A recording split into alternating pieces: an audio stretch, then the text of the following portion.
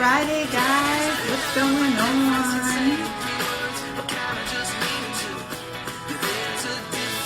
If there was ever a moment that I felt like sweaty palms, like super nervous, the first time was Coach Lavin, and now I feel like it's happening again because I am interviewing a really phenomenal, amazing country star. And it's a new genre to me. I fell in love with country because of my husband. He got me hooked on country music. And I feel like there's this stigma around, like, I guess, country music or any kind of genre of music. And so I've loved it, and I've really come to enjoy certain artists. And my guest today, or tonight, is one of those men, and it's Tyler Rich. And for a lot of you guys who, listen to country music, you've heard his songs, you've heard his music on the radio. And I reached out to him, and I never thought that he would say yes. And for him to, because I reach out to everybody to speak my truth, and I just give a general hi, I'm Priscilla Frederick Loomis. I have this Instagram show. I would love for you to be a guest. Talk to me about your journey. And then that's it. And when I reached out to Tyler Rich, he actually said yes. And I was like, oh my God, I have to step up my game because somebody really cool wants to be on my show. So I'm actually very, very excited and nervous to interview him, but he's so cool and so awesome, and his music is so pure. And I'm really excited to get him on the show, and I'm excited that he wants to be a part of it. So I'm at him. So that's the music that you heard in the background, which is very cool. And so we are going to add him right now. Hey! What's up? What's going on? A nice round of applause. I had to get my audience all ready for you, and they already love you. I love it. I love it. Thank you so much for doing this. Yeah, thanks for having me. I really feel like there's one of these moments where I reach out to somebody who is totally above, where I am right now. And I reached out and you were like, yeah, it sounds cool. And I was like, is he kidding me right now? I was like, is this a joke? Because it's really, it's not even cool. Do you get a lot of Instagram messages to be a part of things like this? Yeah. Okay. I mean, especially now. I mean, there's a lot of, but the thing is, I do so many from my own channel, and I do so many different curated shows that I just don't really have between that and then all of my regular business stuff I'm doing 24/7. Yes. It's really hard to say yes to everything, but yours was different enough. Yours was just a Q&A, it wasn't a version of exactly what I'm already doing. And so that's what was enticing. And I watched a couple clips of stuff you'd been doing, and you seem so sweet, and your husband seems awesome. And I was like, yeah, sure, this sounds fun. We're super dorky. That is really a big word that we use around our household, is dorky. And I actually watched in on you and your wife, and I was like, man, I really would just love to have brunch with them. I feel like I could never keep up with you guys. I would have to drink my little mimosas on the side. It's all her. Because your shots where I was like, oh man, I'm done. I would never be even to last. I don't even understand how she does it. Well, that's why the show is an hour long, and as soon as it's over, and we hit end, she's just. She's like, that's it, we're done, off on the couch. But I really do appreciate it so much for you coming on. I don't want to take up too much of your time because we are actually staying up. We are old people, and our bedtime is usually around 8:30, and we're forcing ourselves to, I don't know what it is. He's a teacher, and so we used to, when we were single and sort of dating, just kind of talking, we were out all night, drinking, having a great time. Married life hit, and 8:30, and we were like, so you ready for bed? And so it just became this thing. So we're actually going to stay up tonight and watch your live playing session. So we're looking forward to that. That's be late for you. Yeah, we're gonna be young and hip. Oh, so let me cheers to you being on my show. Thank you so much. I appreciate it. And I wanted to just let everybody know, where are you right now? What state? I'm in California. I'm in Los Angeles. Oh, awesome, awesome. And you are with your wife, and that's it? You guys are just quarantined safe? Yeah, I was on tour, and then because I live in Nashville, she lives here, even though we're married. Just our careers have us in different places, and so yes, we live both places together, but separate sometimes. Okay, I got you. Depending on what's going on between both of our careers, and so when touring shut down, it shut down before, because she's an actress, and so it was before Yes. film sets or modeling sets or anything like that were shutting down because there's less people there. So I got home to Nashville and I grabbed my dog and just flew out here right away. And Oh, so wow. I've been here for, I mean, I don't even know what day it is. What is it, December? Like May 8th. So I've almost been here for, I guess I've been here for 2 months straight now, which is the longest we've ever been together. I was about to say, that has to be the longest like record for you guys, especially with, you guys have very different careers. Yes, you both are in entertainment, but music and, you know, television, movies are very, very different schedules, and they take you a lot of different places. Yeah. But I mean, you guys are a great example for commitment and love and dedication, and I love that you guys are making it work. And but I'm glad you guys have some time together. Are you guys driving each other crazy, or no?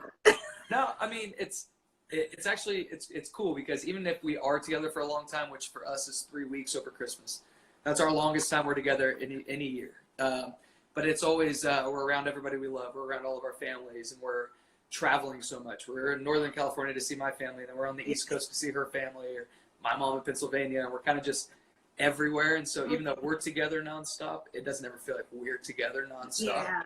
Yeah. Whereas this has been, I usually, especially because I'm a musician, so I mean, we go to sleep at like 3 in the morning usually, and I wake up 9, 10 in the morning usually, and it's crazy. Quarantine, 10 o'clock comes around, I'm like, oh, I'm dying. I can't even stay awake, which is crazy, because friends I'm of mine telling you, go to sleep that early. Like when you say you go to sleep at 8:30, God. my mind explodes even thinking about that. But now I'm almost one of those people. I swear. I'm used to traveling a lot. And we're not in the same place, because you have to travel for different meets, and you'll have 3 to 4 meets in a week sometimes. And so you're just always going. And so I feel like I thought I was going to go crazy during this time. Yeah. And I'm absolutely loving it. I really do. Like, you're forcing me to stay home. Oh no. You're forcing me to drink. Oh no. That's so hard.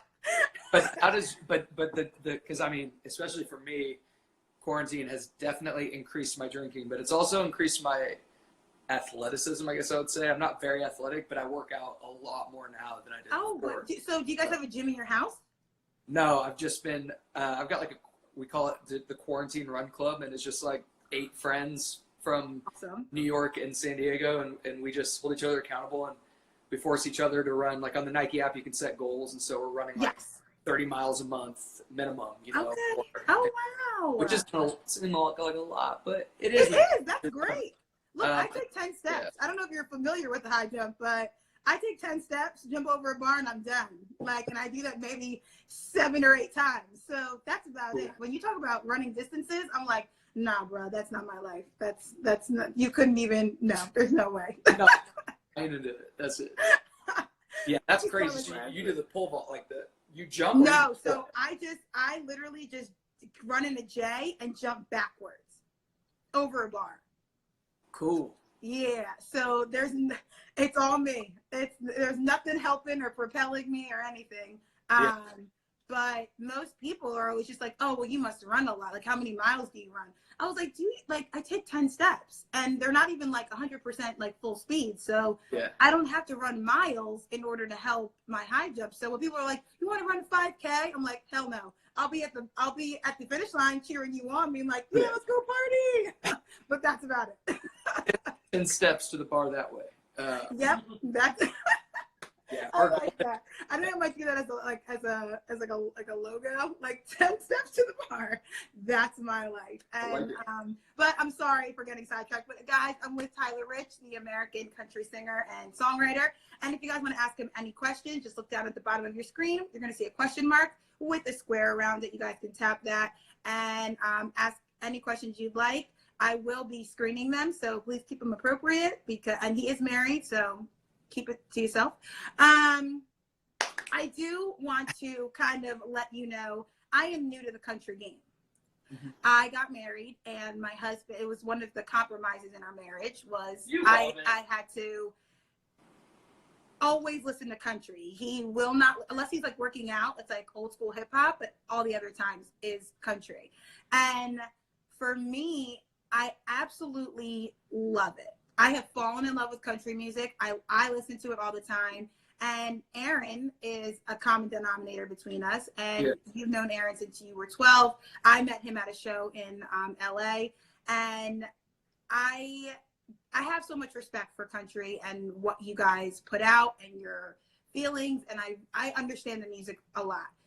What would you say to those who don't necessarily understand country music, but would like want to get into it, like somebody like me? Okay. It's a very common question. I mean, people all the time, the very first thing somebody says is, oh, I'm not really a country music fan. I'm not really into the whole like honky tonk sound and stuff. Love my tractor. Yeah, like they say something. Can you hear him? This is my interview. Can you sit there and be good? Like, I don't be good. Oh, my dog died, or this, that, and it's funny that's been the stereotype of, my girlfriend ran away, my wife left me, my dog died. Here's my career, et cetera, et cetera. But it all just stems from the fact that country music has, and it's awesome that you were saying your husband also listens to hip hop when he works out. R&B and hip hop and country lyrically are so similar. You get into like rock and stuff like that, and everything's so metaphorical and so poetic. Whereas in my opinion, is you're listening to R&B or hip hop or country, it's the same lyrical content.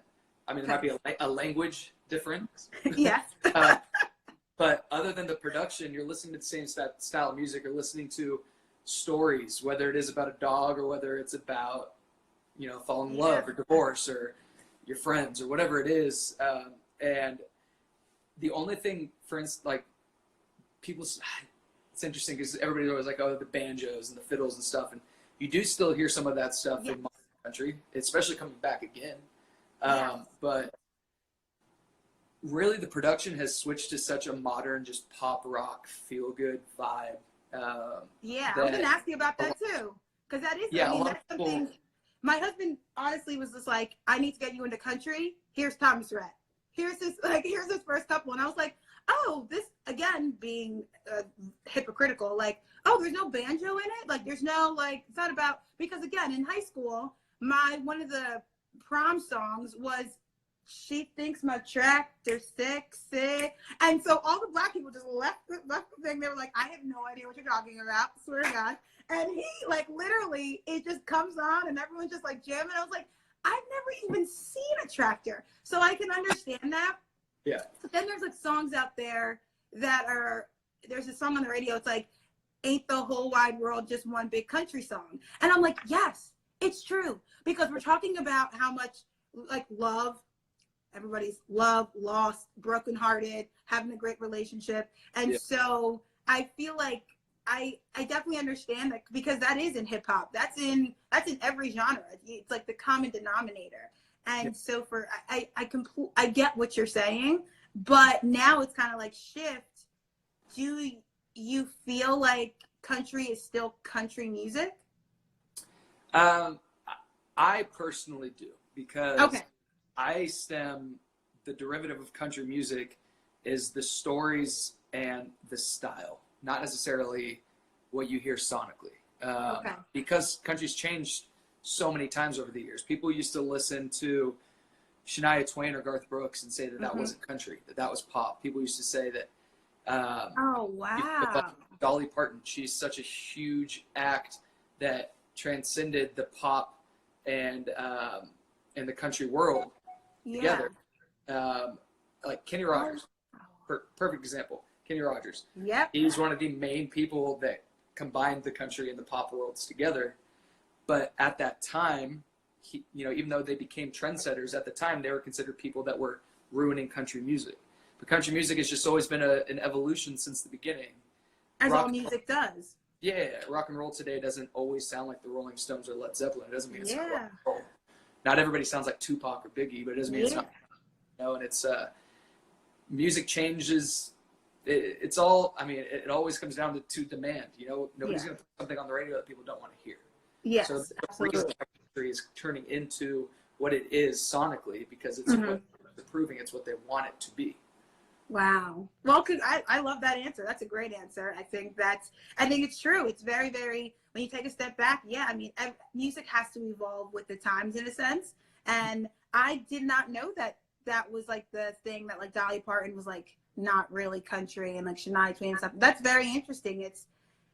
That's really shocking for me. And again, guys, as you know, I'm very open and honest in this. When I'm talking to Tyler, this is really me. It's not like we had I'm not like Oprah or, Ellen, where I had like a little meeting with him and his people. That didn't happen. This is my first time meeting him. And I'm genuinely interested in what he's saying. So if I'm like, I'm really interested. But we're going to get to our first question that I see here that just popped up. Oh, okay. There's a lot. Oh my God. The only reason I'm putting this up is because it's by my house. Where is it? Is that the one in Jersey? Yes, Wildwood, New Jersey. And they just canceled it, and it broke my heart because it was going to be my first country concert, and it was going to be like our little thing together. But first country concert or your first country festival? Just completely. Complete all those, all the above. So much fun. Yeah. All the above. And so when they canceled it, I was really upset. So can you sing at Barefoot Country Music Fest next summer? I am so sure that it comes down to your timing and your scheduling, but would it be something that you would think about? Yeah, I mean, we as far as the festivals, it always works in circuits. So you rarely ever play the same festival 2 years in a row. We have never played Barefoot Country Music Fest, but it is something that's always on our radar, and it always comes down to routing. And it always comes down to, if we're going to be playing a festival in Wisconsin that weekend, they're going to be looking for festivals in Colorado, festivals in Texas for us to, that makes sense. And I got you. Barefoot happens to be that weekend, then, then we're out for that weekend. I got you. Yeah, but we're always, festivals are the best part of the summer, so we always have our bid in for every festival. And I literally have, again, I gave up a lot of my life for track and field. So I have yet to be, I've gone to one festival, and that was in Antigua. That was it. And it was like, it's one of these things. And so now that the Olympics was postponed, I was like, I'm going to go and I'm going to drink and I'm going to have a great time. And then they canceled. And I was like, guess not. Guess we're having a festival in my home right now, I guess. But if you ever are in New Jersey and you're in Wildwood and you feel like busting out your guitar on a porch, we have a lovely porch. I've been cleaning my house. I have OCD, so you and your wife are more than welcome to stay, and we can just have like a random country concert in my front yard. My house is literally the size of probably your bathroom, but it is homey and it's lovely. I'm in a very cozy setting as well. And so I did want to talk about your single, The Difference. And I just found out that it was certified gold, which is amazing. So we're going to give you a little round of applause for that. That is phenomenal. That sounds like a legit crowd. Like, I know obviously those little, yeah, it feels like there's actually people cheering. Oh, thank you. My production crew is doing such a great job. And my production crew is all of me by myself. It was funny when I was emailing your management. I was like, I just want to let you guys know this is just all me. This is not like random people coming through. I was like, this is a one-woman show. So I'm really sorry if it's not more professional. It's perfect. but when you are, I think I read that you co-wrote the song with, oh my goodness, who did, we just Googled this. What song? The Difference. You co-wrote it Red with Atkins. Red Atkins. So Red is one of the co-writers. So actually, so The Difference is one of the only songs I've ever put out that I actually didn't write. Oh wow! Yeah. So when it's a crazy and interesting process. And when I first moved to Nashville, I was fortunate enough to meet and hang out with Garth Brooks for a little while. Oh, cool. And I got to pick his brain and talk industry and talk about like what to expect with moving from California to Nashville. And he told me, he's like, the biggest advice I could ever give you is write the best songs you could possibly write, but always record the best songs you've ever heard. And wow. because as a songwriter, you know, as an athlete, it's like we put so much time and passion into what we do, and you want that to be the best representation of it. And but when you sign a record deal and then you sit there and you go through songs, I mean, we would have 5-hour pitch meetings where you sit there and you listen to songs for 5 hours. Oh, whoa. And that's multiple times you do this. And then that includes also writing songs for 2 years. And then it all comes down to what's that one song that you can put out as your first song, as your debut, that can make enough noise, that can make a big enough splash that you can connect to. And we went through so many songs forever, from my own to outside songs other people wrote. And that one, when I heard it, it was like one of the songs. 10 seconds in, I was like, "Oh, this is cool. This is a jam. No pun intended, but this is different. You know, this is a jam." And such a cool, like really cool flip on the lyric and the chorus, and it just felt like me. It felt like California, and yeah.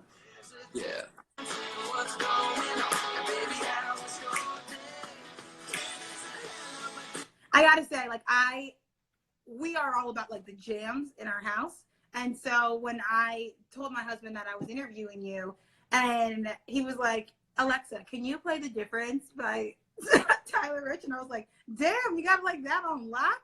And I was like, I think it's a great, it is, it's a jam, and it's chill and it's relaxed. I feel like it says a lot about your personality.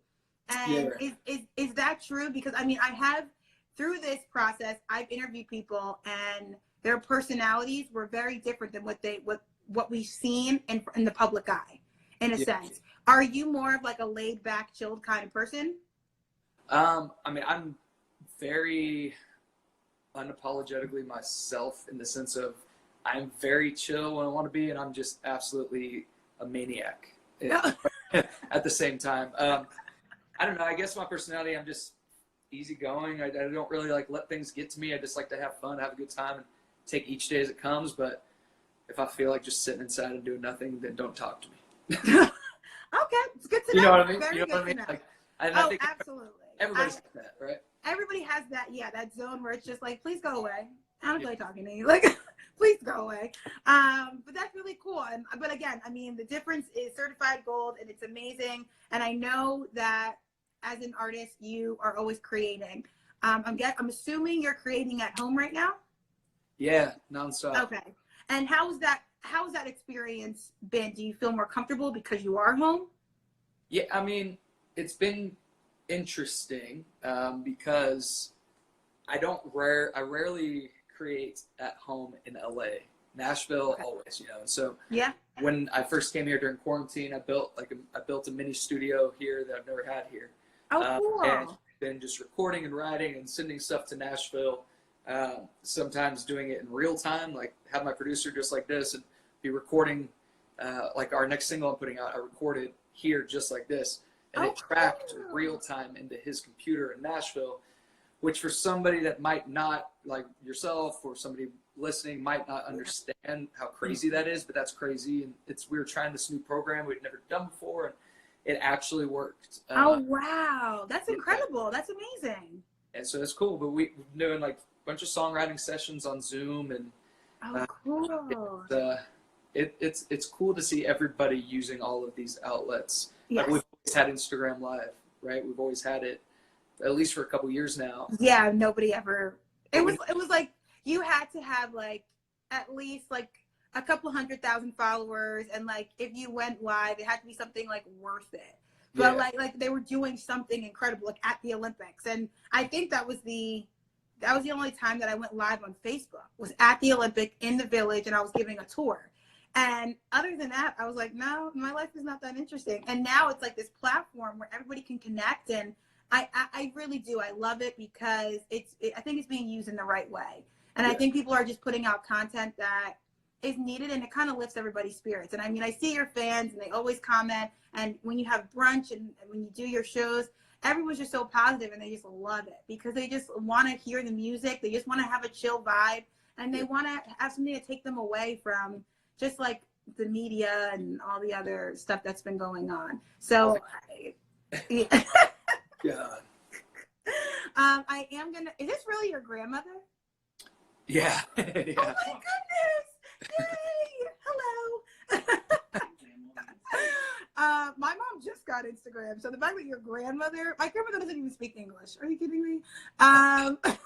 We are gonna get to another one.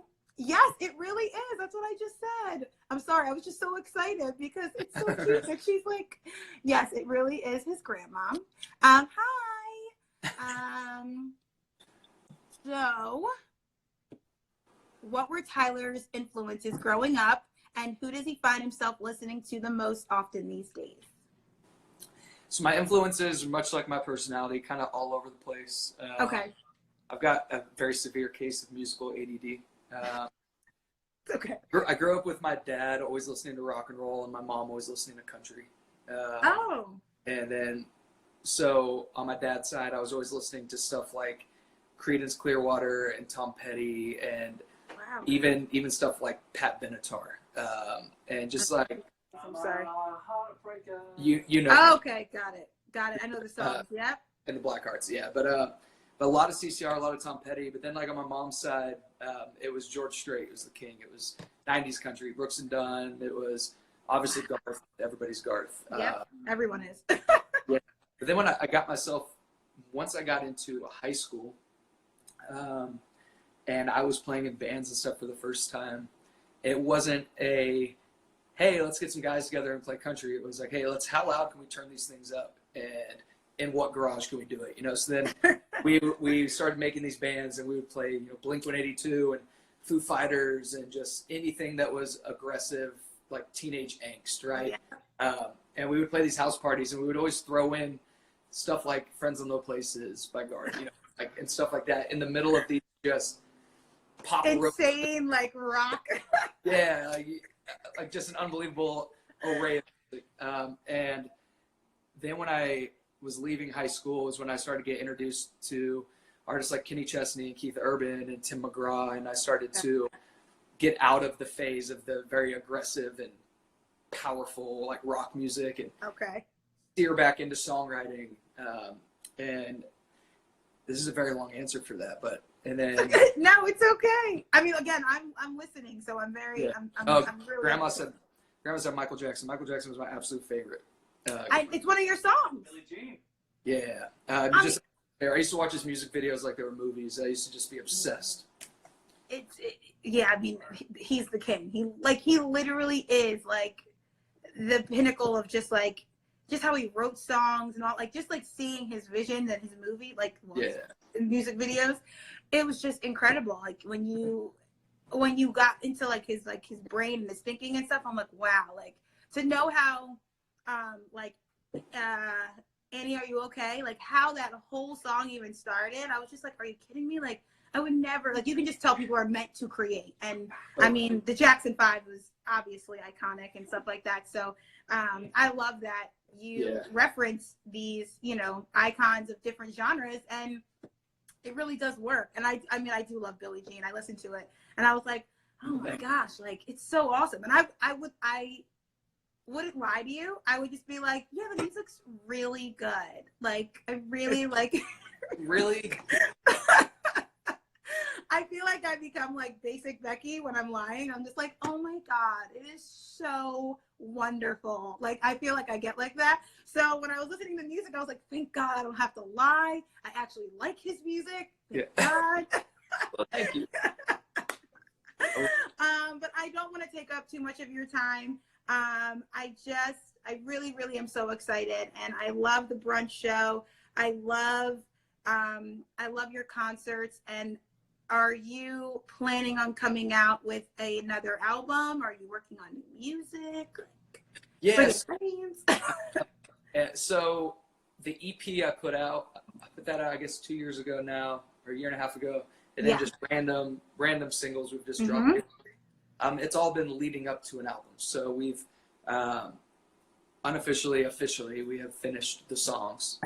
And so announcements and cool stuff coming soon, and new music coming soon as well. Yes! Awesome. I'm so glad. The clapping. So glad. I appreciate this so much. I've already taken up 8 more minutes of your time than I originally told you. So I'm so sorry, guys, that we didn't get to all your questions, but I appreciate this more than you'll ever know. It was so lovely to meet you.